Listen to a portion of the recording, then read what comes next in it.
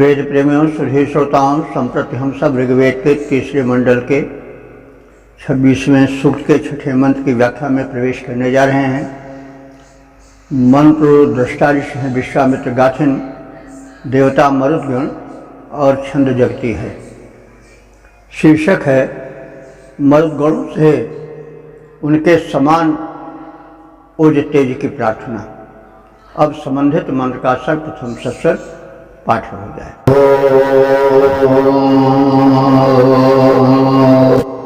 व्रातं व्रातं गणं गणं सुषस्तिभिरग्नेर्भामं मरुतामोज ईमहे वृषदश्वासो अनबभ्रराधसो गन्तारोजित्वं विदधे सुधीराः। इस छठे मंत्र में मरुतों का वैशिष्ट्य, उनके ओज तेज संगठन शक्ति का कथन और उन्हीं सा ओज तेज प्राप्त करने की प्रार्थना का कथन है इस मंत्र में। तो इस आशय की छाया में हम मंत्रार्थ देखें। ऋषि कह रहा है कि मरुतः की दिशा, मरुत कैसे हैं? ते वे सब पृषदश्वासा, पृषदश्वासा कहते हैं बिंदु चिन्हित यानी धब्बेदार या चितकबरे वर्ण वाले अश्व। कुछ घोड़े ऐसे होते हैं जिनके बीच बीच में सफ़ेद या इस तरह से कुछ धब्बा पड़ा रहता है, तो वो अच्छा लगता है। तो जो मरुद गणों के अश्व हैं वे धब्बेदार हैं, बिंदु चिन्हित हैं, यानी चितकबरे वर्ण के हैं। तो अब मरुद जो तूफान है उनके कोई घोड़े तो दिखाई नहीं पड़ते हैं, लेकिन ये काव्य है। तो जब किसी में चेतना दिखाई जाती है, मानवीकरण होता है, तो उसमें फिर उसके मुख, हाथ, पैर, घोड़े, गाड़ी सबका वर्णन होता है। तो अब वो धब्बेदार कहने का मतलब हुआ कि तूफान जब उठता है तो धूल धक्कड़ में और उसमें पत्ते उड़ने लगते हैं सूखे, तो वही सब उसको धब्बेदार बना देते हैं और वही उनके अश्व हैं। तो ये जो मरुदगण हैं इनके अश्व धब्बेदार बिंदु चिन्हित या चितकबरे वर्ण के हैं। ये अनवभ्र राधसा है। अनवभ्र कहते हैं अखंड, अखंडित यानी संपूर्ण। राधसा माने धन संपन्न हैं, अखंड धन वाले हैं। और कैसे हैं? धीरा, धैर्यवान है या बुद्धिमान है। धी माने बुद्धि होता है और धीर बुद्धिमान। आजकल धीर जो धैर्यशाली को कहते हैं, जो धैर्य रखे। तो जो बुद्धिमान है वही धैर्य रख पाते हैं। ये तो लोग बड़ी जल्दी उत्तेजित हो जाते हैं, बड़ी जल्दी ताव में आ जाते हैं या हड़बड़ी मचा देते हैं। तो कहीं वेद बुझते बुध नहीं, सहसा कर पाछे पछिताही, तो कहीं वेद बुझते बुध नहीं। तो जो सहसा कर बैठते हैं बिना सोचे विचारे, वे धीर नहीं है। धी माने बुद्धि। तो समझदार कौन होता है, बुद्धिमान कौन होता है? जो किसी कार्य को धैर्यपूर्वक समझदारी से करता है, अचानक नहीं कूद पड़ता है, हड़बड़ी नहीं मचाता है, समय देखता है। तो ये जो मरुदगण हैं ये धीर हैं, बुद्धिमान हैं। वियथेषु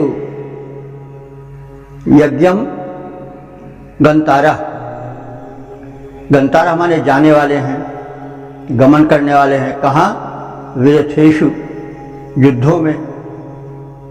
यज्ञम यज्ञीय प्रयोजनों में, यज्ञ कर्मों में गंतारा गमन करता है। और कैसे हैं? ब्रातम ब्रातम गणम गणम। ये ब्रात माने दल, समूह में विभक्त हैं। 49 मरुदगण हैं, 7 के गण इनके हैं और 7 गण हैं। उसी ओर संकेत है कि ये ब्रातम ब्रातम समूह समूह में या दल दल में या गण गण में विभक्त हैं।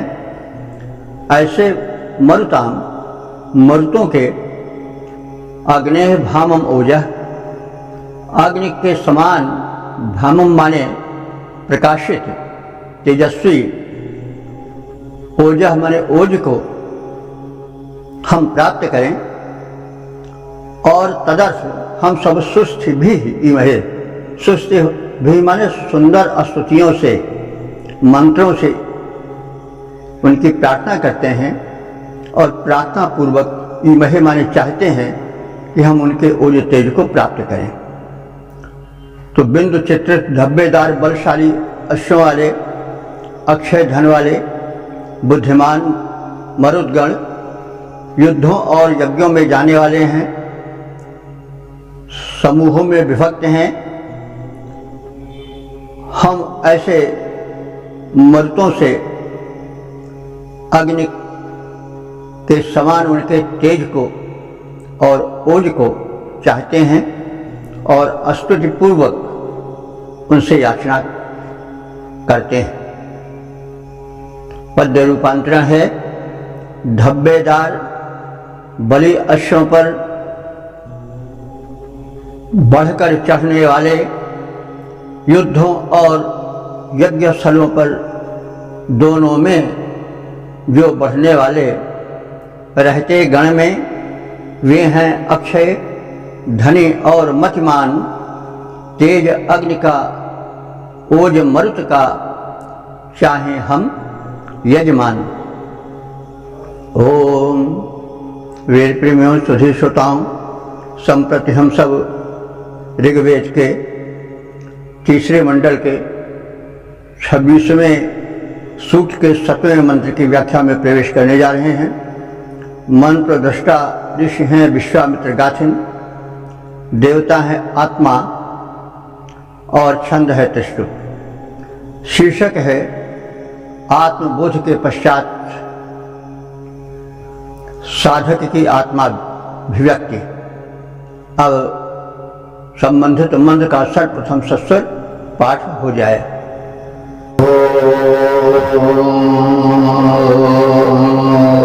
अग्निरस्मि जन्मना जातवेदा घृतं मे चक्षुरमृतं आसन् अर्कस्त्रिधातो रजसो विमानो जस्रो घर्मो हविरस्मि नाम।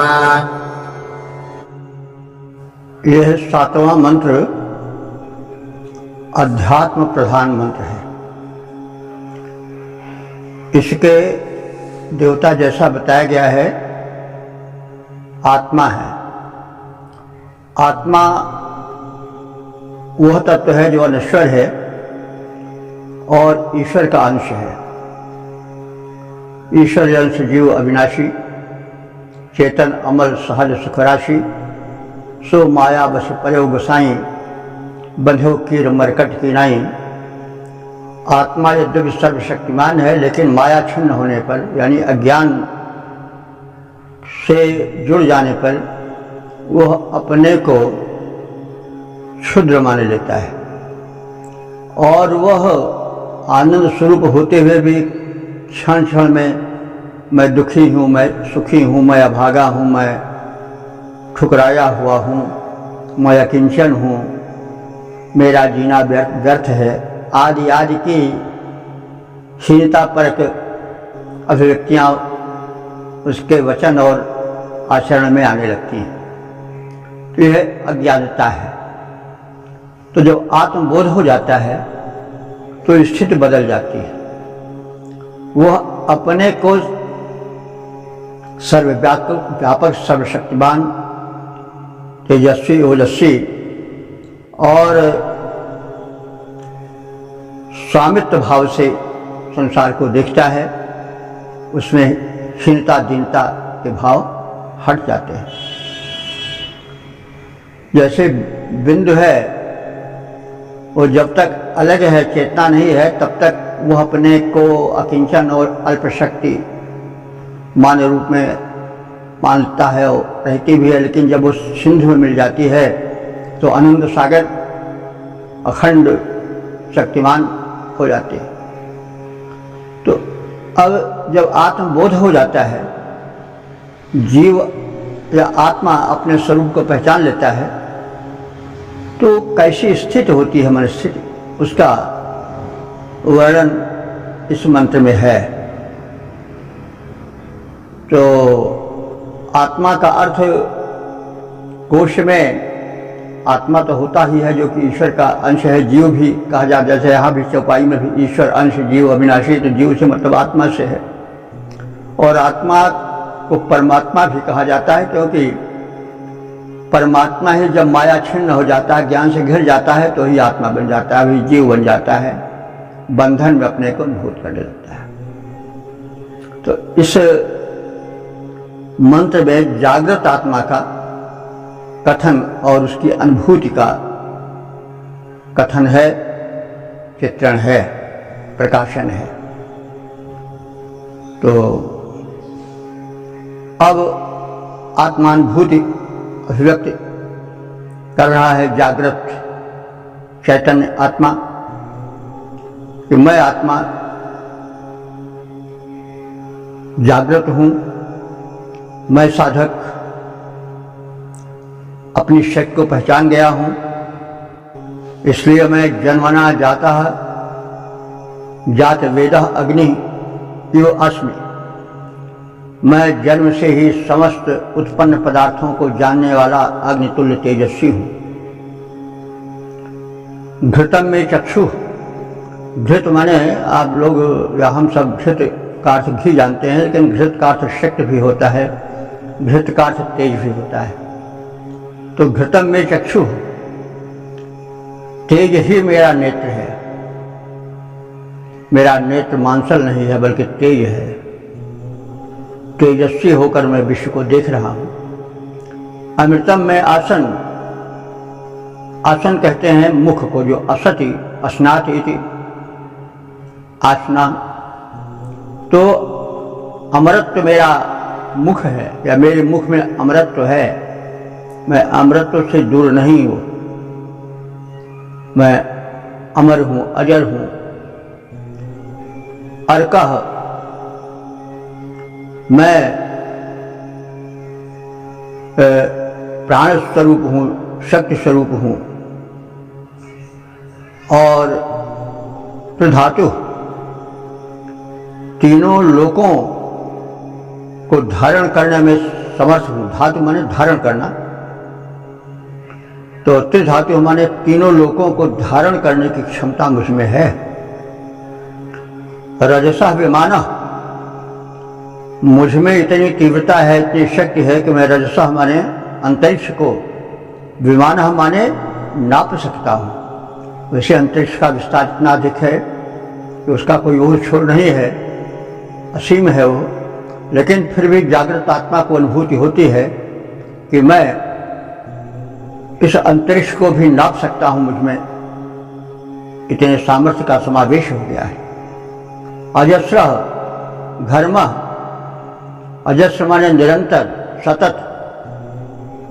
घर्म माने प्रकाश से युक्त हूं। उसी घर्म से घाम बन जाता है, लेकिन घाम मतलब तेज और प्रकाश से लेना चाहिए। तो अजस्र घर्मः, मैं निरंतर बने रहने वाले तेजस्वी तापपूर्ण प्रकाश रूप हूं। हवि नाम अस्मि, मैं हवि नाम वाला हूं, यानी मैं ही हव्य हूं, स्वयं में तृप्त हूं, अन्न स्वरूप हूं, सर्वस्व हूं। तो मैं अग्निरूप परमात्मा जन्म से ही समस्त उत्पन्न पदार्थों को जानने वाला हूं। तेज मेरा नेत्र है, मेरे मुख में अमृत है। मैं तीनों लोकों को धारण करने वाला हूं। मैं अंतरिक्ष को नापने वाला हूं।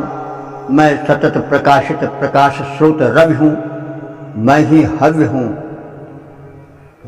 मैं ही हव्य भक्षक भी हूँ, यानी मैं ही सर्व शक्तिमान सर्वस्व हूँ। तो यह जागृत आत्मा का या साधना से अपने स्वरूप को पहचानने वाले आत्मा का उद्गार है। तो यह तो बड़ा प्रसिद्ध है। ये वेदांत दर्शन के जनक ऐसे ही सूत्र होंगे जिनमें कहा गया है अहम ब्रह्मास्मि, मैं वह व्यापक ब्रह्म हूँ, तत्त्वमसि तुम भी वही हो, अयमात्मा ब्रह्म, सर्वं खलुदं ब्रह्म। उसकी दृष्टि बदल जाती है। जब दृष्टि बदल गई तो सृष्टि भी बदल जाती है। तो साधक की जागृत आत्मा के उद्गार इस मंत्र में है। आत्मा माया या ज्ञान से बद्ध होकर के अपने को क्षुद्र समझता है और वही क्षुद्रता, वही संकुचित भाव उसके दुखों का कारण है।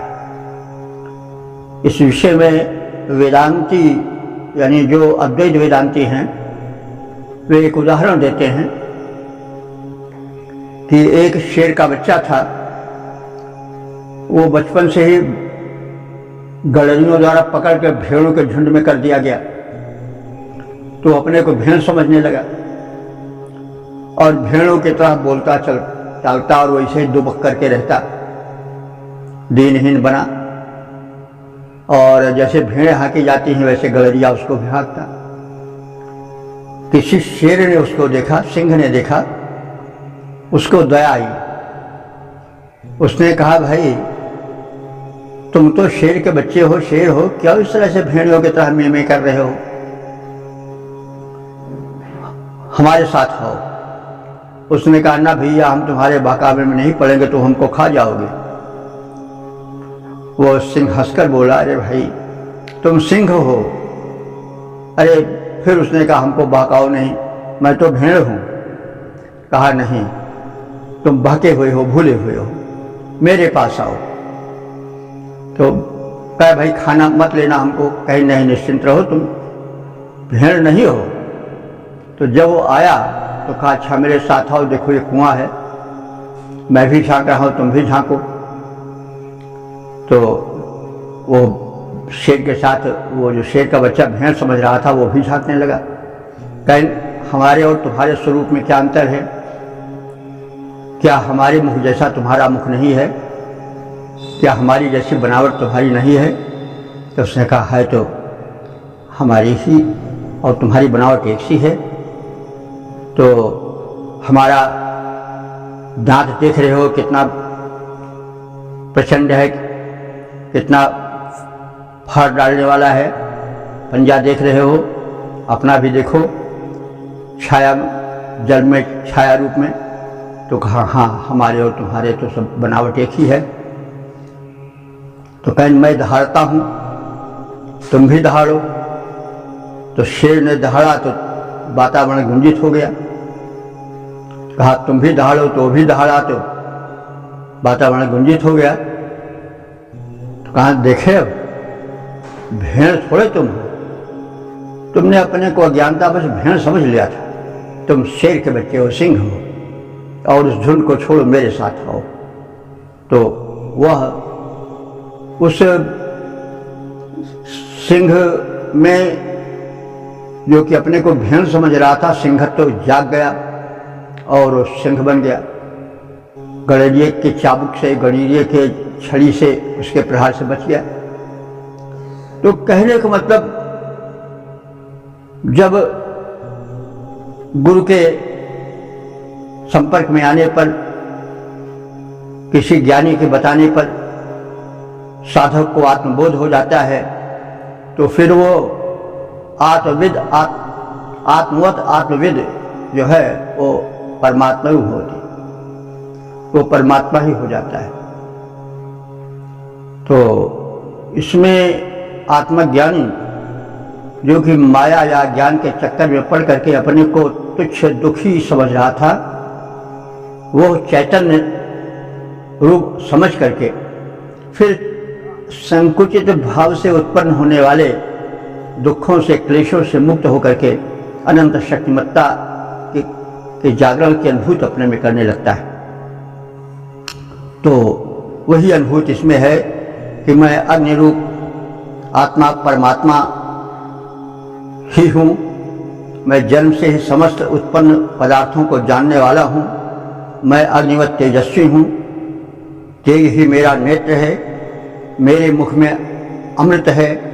मैं तीनों लोकों को धारण करने वाला हूँ। मैं अंतरिक्ष को नापने वाला हूँ। मैं सतत प्रकाश स्रोत रवि हूँ। मैं ही हव्य हूँ। मैं ही हव्यवाहन हूँ। मैं ही हव्यभक्षक हूँ। मैं ही सर्वस्व हूँ। मैं महान हूँ, परमात्म स्वरूप हूँ।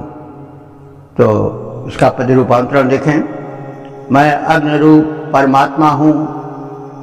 जन्मना सभी को जान रहा है। तेज हमारा नयन और मुख मध्य अमृत का वास रहा। मैं ही त्रिलोक का धारक हूँ। मैं ही त्रिलोक का धारक हूँ। मुझ को नभ का मापक मानो। मैं सतत प्रकाशित सूर्य और मैं ही हव्यान इसे जानो। ओम वेद प्रियों सभी श्रोताओं, संप्रति हम सब ऋग्वेद के 3रे मंडल के 26वें सूक्त के 8वें मंत्र की व्याख्या में प्रवेश करने जा रहे हैं। मंत्र दृष्टा विश्वामित्र गाथिन हैं। देवता आत्मा और छंद त्रिष्टुप है।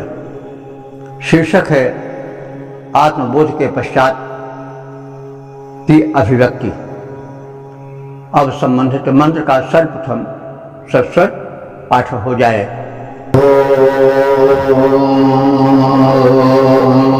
विभः पवित्रैरपबोध्या अर्कं हृदा मदं ज्योतिरन प्रजानन् वरषष्ठं रत्नमकृतः स्वधाभिरादित्या वा पृथिवी पर्यपश्यत। इस 8वें मंत्र में भी अध्यात्म का कथन है और आत्मज्ञान के पश्चात जब आत्मबोध होता है तो क्या लक्षण प्रकट होते हैं, अभिव्यक्ति में क्या अंतर आ जाता है, कैसी सूझबूझ हो जाती है, इसका कथन इस मंत्र में है। ऋषि कह रहा है कि जब साधकों को आत्मबोध हो जाता है तब वो हृदय माने हृदय में, अपने हृदय में मतिम ज्योतिम अनु प्रजानन माननीय परमात्मा ज्योति को देखने लगता है। ज्योति माने परमात्मा ज्योति को, मतिम विचारधारा को वो अनुप्रजानन माने अनुभव करने लगता है, जानने लगता है। तो जब साधक में आत्मबोध हो जाता है तब वो अपने हृदय में अखंड आत्मज्योति का, परमात्मा ज्योति का दर्शन करने लग जाता है, अनुभव करने लग जाता है और जानकर पवित्र हुए तीनों लोकों अथवा तीनों संस्थानों मन, वाणी और कर्म द्वारा वह अर्कः अपुपोत ही पूजा के योग्य आत्मा को पवित्र करता है। यानी आत्म तत्व जो है माया से, अज्ञान से आच्छन्न होने के कारण अपवित्र रहता है, शक्तिहीन रहता है। जब उसमें आत्म तत्व जागृत हो जाता है तो वो अर्कवत पूजा के योग्य हो जाता है, पूज्य हो जाता है। अर्क माने सूर्य भी होता है, सूर्य की तरफ प्रकाशित हो जाता है और अपने को पवित्र समझने लगता है, अपवित्रता अथवा ज्ञान के दोष से निर्मुक्त हो जाता है।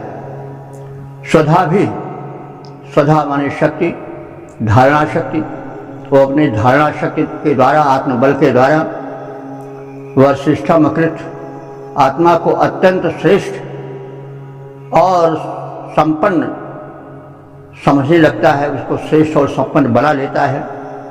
आत तत्पश्चात द्यावा पृथ्वी पर अपश्यन, द्विलोक और पृथ्वी लोक को वो चारों ओर से देखने में सक्षम हो जाता है। द्विलोक माने दिव्य लोक में क्या है और भूलोक में क्या है, कोई रहस्य उससे छिपा नहीं रह जाता, उसमें अखंड ज्ञान ज्योति प्रकाशित हो जाती है और परमात्मा की तरह ही वो त्रिलोकदर्शी बन जाता है। तो इस प्रकार से इस मंत्र में जब साधक में साधना से आत्मज्योति का जागरण हो जाता है, अध्यात्म का प्रज्वलन हो जाता है, तो उसकी दृष्टि बदल जाती है और दृष्टि बदलने के साथ साथ शिष्ट भी बदल जाती है। जब नज़र बदल गई तो नज़ारा बदल गया, तो जब दृष्टि बदलती है तो शिष्ट भी बदल जाती है। तो साधक अपने हृदय में श्रेष्ठ परमात्मा ज्योति का अनुभव करने लगता है। जब अज्ञान हट जाता है, छट जाता है और ज्ञान का आलोक उसके हृदय में छा जाता है, तो वह साधक अपने हृदय में श्रेष्ठ परमात्मा ज्योति का दर्शन करने लग जाता है। उसका अल्पत्व हट जाता है, छट जाता है। उससे उसके मन, वाणी और कर्म तीनों पवित्र हो जाते हैं। अपवित्रता का दोष उससे दूर हो जाता है और फिर आत्मा भी पवित्र बन जाता है। उसके बाद उत्पन्न दिव्य शक्तियों से साधक सारे संसार को हस्तामलकवत देखने में सक्षम हो जाता है। जैसे हाथ में रखा हुआ आंवला को पूरी तरह से आदमी जान लेता है, कोई चीज़ छिपी नहीं रहती आंवला की, वैसे ही ये जो ब्रह्मांड है, भूलोक या तीनों लोक हैं, समस्त लोक हैं, वो हस्तामलक हाथ में रखे हुए आंवले की तरह आसानी से वो उसके ज्ञान परिधि में आ जाते हैं। यानी वो त्रिकालदर्शी, त्रिलोकदर्शी, सर्वज्ञ बन जाता है। तो इस प्रकार से जो हीनत्व दोष है, जो अल्पज्ञता का दोष है, वो आत्मज्ञान होने पर छट जाता है। जो आत्मा है, परमात्मा का स्वरूप है, परमात्मा ही साक्षात है, उस पर जो छाया हुआ मायाजन या ज्ञानजन आडंबर होता है, वो जब मिट जाता है तो फिर वो ब्रह्मविद ब्रह्मवत भवति। जो ब्रह्मविद हो जाता है, स्वरूप को पहचान लेता है, स्वयं ब्रह्म बन जाता है। तो बूंद समानी समुद्र में सोकत फेरी जाए, तो जब बूंद बिंदु सिंधु में मिल जाती है तो फिर उसको कोई खोजे कि वो कहाँ है तो नहीं पा सकता। वो समुद्र ही बनकर समुद्र ही रूप में दृश्यमान हो जाती है, उसको अलग से देखना असंभव हो जाता है। तो मैं तू तू करता तू भया, मुझ में रही न हूँ। हे परमात्मा, मैं साधक तुम्हें तुम्हें तुम्हें कहता हुआ, तुम्हारा रूप स्मरण करता हुआ मैं स्वयं तुम्हारा हो गया हूँ, तुम्हारा रूप हो गया हूँ, मुझ में रही न हूँ। मेरापन अब रही नहीं गया है और अब बारी फेरी बढ़ गई हूँ। मैं अब इस उलट फेर पर बलिहार हूँ और जित देखो तित तू। जहाँ देखता हूँ वहाँ तू ही है, जिस ओर देखता हूँ उस ओर तू ही तू है। न तेरी सी खुशबू न तेरी सी बू है, और चारों ओर तेरी ही खुशबू और तेरी ही बू है। तो कहने का मतलब फिर समस्त जीवजन्य जो अज्ञान और तुच्छता या अल्प बोध या अल्पज्ञता होती है वो समाप्त हो जाती है, सर्वज्ञता आ जाती है। बूंद जब बिंदु जब सिंधु में मिल गई तो सिंधु हो जाती है। तो इस प्रकार से आत्मबोध पर जो ज्ञानी है वो स्वयं परमात्मा बन जाता है। परमात्मा में कहीं दुख का, कहीं शुद्धता का, कहीं हीनता का लेश नहीं होता। तो ये है ये जो दो मंत्र थे ये पते के मंत्र हैं और इस पर जो है वो वेदांत दर्शन और अन्य दर्शनों की कुंजी है, इसमें सूत्र इसमें छिपे हुए हैं और वेद ही से तमाम दर्शन और तमाम भावनाएं विकसित हुई हैं। इसलिए वेदाध्ययन बड़ा आवश्यक है, क्योंकि मूल को जानना आवश्यक है। बिना मूल को जाने हुए हम फल फूल का सही मूल्यांकन नहीं कर सकते हैं, इसलिए मूल को जानना चाहिए। तो इसका पद्य रूपांतरण है, निज अंतःकरण में साधक आत्म प्रकाश जगाता। जब निज अंतःकरण में साधक आत्म प्रकाश जगाता वचन कर्म मन वाणी तीनों जब पवित्र बन जाता, आत्मा बन जाती पवित्र, अति दिव्य शक्ति आती है, सृष्टि समस्त हस्ता मलकवत दिखने लग जाती है। ओम वेद प्रेमियों सुधी श्रोताओं, संप्रति हम सब ऋग्वेद के तीसरे मंडल के 26वें सूक्त के 9वें मंत्र की व्याख्या में प्रवेश करने जा रहे हैं। मंत्र दृष्टा विश्वामित्र गाथिन और इसके देवता हैं उपाध्याय और छंद है तिष्ठ। शीर्षक है ज्ञानी गुरु की प्रशंसा। अब संबंधित मंत्र का सर्वप्रथम सस्वर पाठ हो जाए।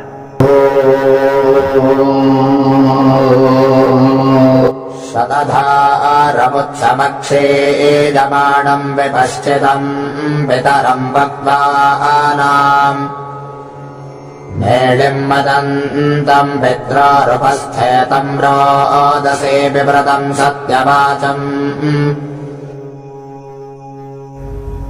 इस नवे मंत्र में उस उपाध्याय की महत्ता का कथन है जो वेद वेदांग विद होता है, और ऐसे विद्वान का संरक्षण होना चाहिए। और इस संदर्भ में द्यावा पृथ्वी से, धरा गगन से ऐसे वेद वेदांग विद्वान के संरक्षण की प्रार्थना है, क्योंकि विद्वानों और ज्ञानियों द्वारा ही उनके विचारों से परिचालित होकर के सृष्टि चक्र सम्यक चालित हो पाता है।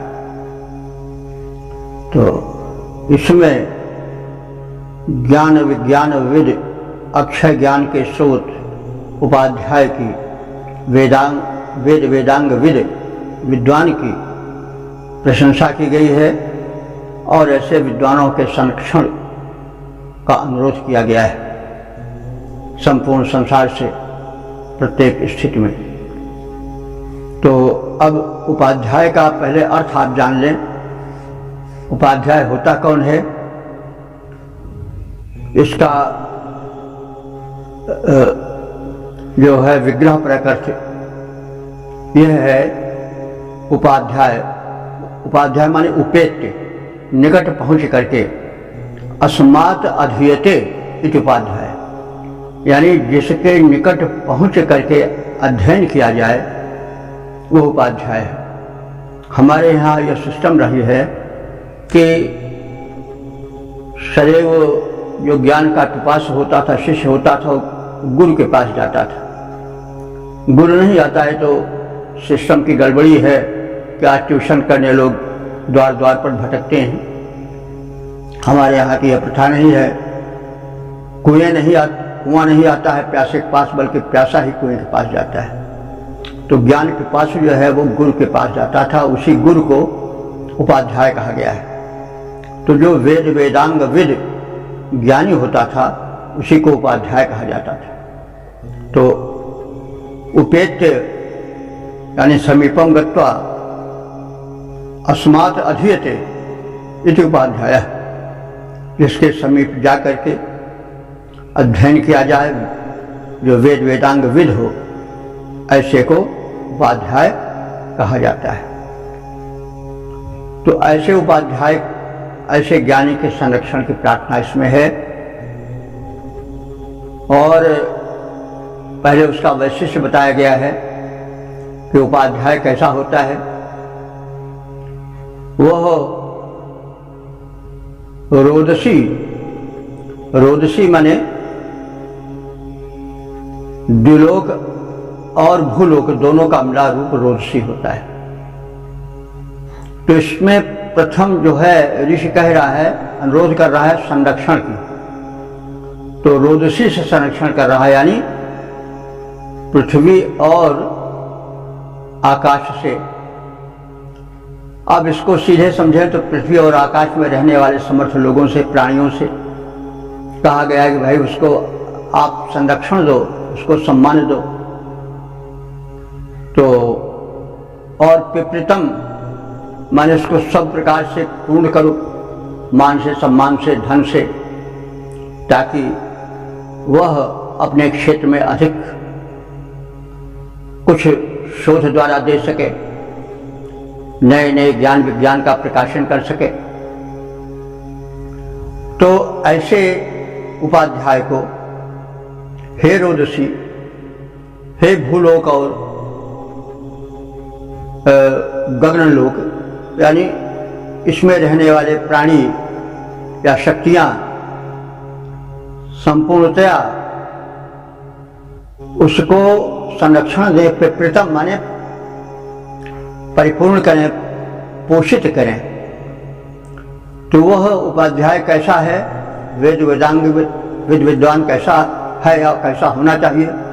शतधारम उत्सम, शत माने सैकड़ों, धारम माने धाराओं से युक्त, उत्स, उत्स कहते हैं झरने को, वो सैकड़ों धारों वाले झरने की तरह, जैसे झरने में आनंद स्वच्छ निर्मल जल झरता रहता है सैकड़ों धाराओं में बट करके भी, वैसे ही उसमें ज्ञान का अखंड स्रोत भरा हो। अक्षयमाणम, जो कभी क्षीण न हो, जो ज्ञान का स्रोत कभी क्षीण न हो।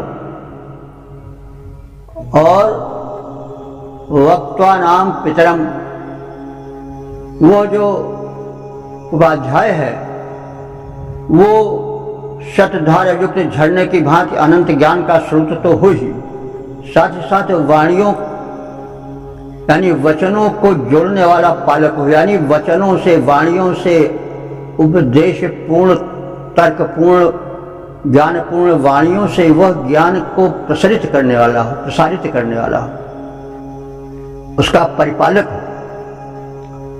और मेष्ठिम, मेडिम यानी वो संघटक हो, संगठन करने वाला हो, उसकी वाणी में शब्दों को जोड़ने की, ज्ञान विज्ञान के विभिन्न क्षेत्रों में फैले हुए शाखा प्रशाखा में विभक्त ज्ञान को प्रसंगानुकूल जोड़ करके कह सकने की क्षमता हो। अब उपाध्याय का वैशिष्ट्य बताया जा रहा है कि वो कैसा हो, एक झरने की तरह हो जिसमें कि सैकड़ों धाराएं बह रही हों, निकल रही हों, यानी वो सैकड़ों ज्ञानों का अधिकारी हो, झरने के समान हो, उसमें कभी ज्ञान का स्रोत सूखे नहीं, और वह वाणियों को जोड़ने वाला हो, विभिन्न प्रसंगों से अपने वाणी में ज्ञान के विशिष्ट कथनों को किसी वस्तु को स्वतः के सिद्ध करने के लिए जोड़ सकने वाला हो। मेड इन, वो संगठक हो, संगठन शक्ति से युक्त हो। तो ऐसे विपश्चितम माने ज्ञानी उस उपाध्याय के सत्यवाचम, सत्य वचनों को और उसके जीवन चक्र को, हे द्यावा पृथ्वी, तुम सब प्रकार से पूर्ण करो, सब प्रकार से रक्षित करो, संपूर्ण रूप से विकसित करो। तो हे द्युलोक और पृथ्वी लोक अर्थात उसमें रहने वाले मनुष्यों, तुम वेद वेदांग विद, ज्ञान की अक्षय स्रोत, उस विद्वान को सभी ओर से परिपूर्ण करो, उसको सुतृप्त करो, जैसे सैकड़ों धाराओं वाले झरने की भांति कभी क्षीण न होने वाला वह विद्वान तुम्हारे द्वारा समादृत हो, वह विद्वान वचन पालक हो, यानी पहले बताया गया ज्ञान का वो भंडार हो, ज्ञान का अक्षय स्रोत हो। जैसे झरना पवित्र जल बरसाता है, गिराता है व्यापक रूप में, वैसे उसमें ज्ञान का भंडार भरा हो, पवित्र ज्ञान का भंडार भरा हो, और वो कभी क्षीण न होने वाला हो। वह उपाध्याय जो वचन पालक हो और ज्ञान के प्रसंगों को जोड़ करके किसी सत्य को पुष्ट करने वाला हो, सत्य को सिद्ध करने वाला हो, सत्यवादी हो, ऐसे उस उपाध्याय की वेद वेदांग विद्वान की हे द्यावा पृथ्वी तुम पुत्रवत रक्षा करो, उसके माता पिता के रूप में तुम सिद्ध हो जाओ और तुम्हारी गोद में, तुम्हारे आश्रय में रह करके वो प्रसन्न होकर अपना उत्तम जीवन बिताए, ज्ञान विज्ञान का प्रकाश फैलाए। तो पद्य रूपांतरण देख लें। पाला जाए तुम्हारे द्वारा हे दिलोक और भूलोक, पाला जाए तुम्हारे द्वारा वो विद्वान निरंतर, पुत्र तुल्य जो रहे गोद में तेरे अवनि अंबर, जो झरने के तुल्य प्रवाहित सत्य वचन को पाले, करे संगठन जो समाज का उसको सदा संभाले। तो ऐसे विद्वान का संरक्षण हो, यह इसका संदेश है। क्योंकि जो राष्ट्र है वो विद्वानों के द्वारा ही संरक्षित होता है। विद्या के भिन्न भिन्न क्षेत्र हैं, ज्ञान विज्ञान अध्यात्म और ज्ञान के अनंत शाखाएं हैं। तो जब वे विकसित होती हैं तभी राष्ट्र जो है विकसित राष्ट्र हो पाता है। तो इसलिए ज्ञान ही सबसे बड़ी वस्तु है। मनुष्य के पास ज्ञान है, इसीलिए वो शिरोमणि है, सबसे आगे है संसार में। बड़े बड़े बलिष्ठ हाथी, सिंह, व्याघ्र आदि उसके कारण जीवन पाते हैं। क्यों? क्योंकि उसके पास ज्ञान है, मेधा है, बुद्धि है। और जो विद्वान होता है वह ज्ञान संपन्न होता है और ज्ञान से वह मंडित करता है लोग को। लेकिन प्रत्येक वस्तु के विकास के लिए एक वातावरण होना चाहिए।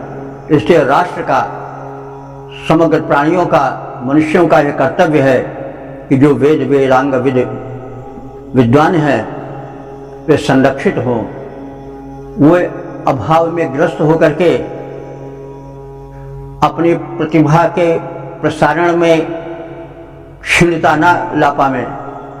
वे इस स्थिति में रखे जाएं समाज द्वारा, राष्ट्र द्वारा, कि वो अधिकाधिक चिंतन, मन, ज्ञान के प्रसारण द्वारा राष्ट्र को और विश्व को समृद्ध बनावे, सुसंपन्न बनावे, सुखी बनावे। तो यह कथन है, यह जो है वह संदेश है इस मंत्र का। तो यह मंत्र जो था वो इस सूक्त का समापन वाला मंत्र था। अब हम इस सूक्त के आशय को, संक्षिप्त सारांश को जाने और अब तक ले हम इस अपने वेद व्याख्या में, कथन और श्रवण में कितने आगे चल चुके हैं इसको भी जान लें। तो जैसा हम सब जानते आ रहे हैं, सुनते आ रहे हैं कि यह जो है सूक्त ऋग्वेद के तीसरे मंडल का 26वां सूक्त है। इसमें कुल 9 मंत्र हैं। मंत्रों में जगती और त्रिष्टुप 2 छंदों का प्रयोग है और इसके जो दृष्टा ऋषि हैं विश्वामित्र गाथिन हैं और देवता इसमें वैश्वानर अग्नि हैं, मरुदगण हैं और आत्मा अथवा परमात्मा है और ज्ञानी गुरु या उपाध्याय है। तो ये देवता हैं। तो इस सूक्त में प्रथम वैश्वानर अग्नि का आह्वान किया गया है। वैश्वानर अग्नि का वो सूक्ष्म रूप है जो सर्वत्र व्याप्त है और उसके आह्वान और स्तुति के पश्चात उत्तम अश्व पराक्रम, धन धान्य प्राप्ति की प्रार्थना की गई है। उसके पश्चात मरुदगणों की प्रार्थना है, आवाहन है, उनसे सुवृष्टि का योगदान है। मरुतों का गण है, हम जानते हैं। 7 गणों में विभक्त वे 49 संख्यक हैं। उनके विभिन्न रूप हैं, कहीं अंधड़ बन जाते हैं। यहाँ पर कुछ मानसूनी पवन के उस रूप का वर्णन प्रतीत होता है। और फिर इसमें दो मंत्र जो हैं वो आत्मा विषयक हैं। आत्मा परमात्मा एक ही कहा जा सकता है, क्योंकि परमात्मा का ही रूप आत्मा है और आत्मा ही परमात्मा बन जाता है जब वह अपने स्वरूप को पहचान लेता है। तो दो मंत्रों में आत्मबोध की व्याख्या की गई है और आत्मबोध के लक्षण बताए गए हैं। जब आत्मबोध हो जाता है तो साधक में क्या परिवर्तन हो जाता है, ये बातें कही गई हैं। और अंतिम समापन वाले 9वें मंत्र में वेद वेदांग विद गुरु जिसे उपाध्याय कहा गया है, उसकी महत्ता का कथन है। और द्यावा पृथ्वी से उसके संरक्षण की प्रार्थना है। तो द्यावा पृथ्वी का मतलब हुआ कि धरा और आकाश के अवनी और अंबर के मध्य में जो प्रसार है शक्तियों का, मनुष्यों का, वे सब वेद वेदांग वेद ज्ञान के विविध शाखाओं के ज्ञाता निर्झर की भांति पवित्र ज्ञान प्रदान करने वाले, जल प्रदान करने वाले ज्ञान रूपी जल को सर्वत्र सर्वरूपेण संरक्षण प्रदान किया जाए, यह संदेश दिया गया है। तो इस प्रकार से इस मंत्र में लोक के साथ साथ अध्यात्म का भी पुट आया है और गुरु की महत्ता का भी वर्णन किया गया है। और इन्हीं भावनाओं का बाद में विकास हुआ है। गुरु की महिमा तो जगह जगह सभी ज्ञानी कवियों महात्माओं ने की है। क्या निर्गुण संप्रदाय के, क्या सगुण संप्रदाय के सभी गुरु की महत्ता के आगे कायल हैं। तो गुरु को ब्रह्म से भी बढ़ करके बताया गया है कि ब्रह्म तो बड़ी साधना के बाद मिलता है, लेकिन गुरु तो सहज सुलभ हो जाता है। और वो जो है वो चेतना जगाता है। गुरु को कीजिए दंडवत कोट कोट प्रणाम, कीट न जाने भृंग को गुरु कर आप समान। जैसे भृंगी कीड़ा होता है, वो किसी कीड़े को पकड़ता है और उसके चारों ओर घूम करके कुछ गुनगुनाता है और फिर वो कीड़ा भी भंवरा बन जाता है, भृंग बन जाता है। तो वैसे ही गुरु जो है अपना रूप दे देता है शिष्य को। तुलसीदास जी ने प्रारंभ में गुरु की वंदना ही की है, बड़ी दूर तक वंदना करते गए हैं गुरु की। वो सब प्रसंग आप सब जानते हैं। मानस के प्रारंभ में ही बड़ी लंबी चौड़ी भूमिका गुरु की है। तो गुरु ब्रह्मा गुरु विष्णु गुरुदेव महेश्वरा, गुरु साक्षात परब्रह्म तस्मै श्री गुरुवे नमः। संस्कृत में कहा गया है गुरु ब्रह्मा गुरु विष्णु, गुरु ब्रह्मा है, गुरु विष्णु है, गुरुदेव महेश्वरा वही शिव है। तो गुरु साक्षात परब्रह्म तस्मै श्री गुरुवे नमः। तो इस प्रकार से गुरु की महत्ता का व्यापक वर्णन है। और ये भी बता दिया गया है कि भाई कल के गुरु ना हो, वो तो कहो गुरु, वो तो चालबाज के लिए कहा जाता है नहीं।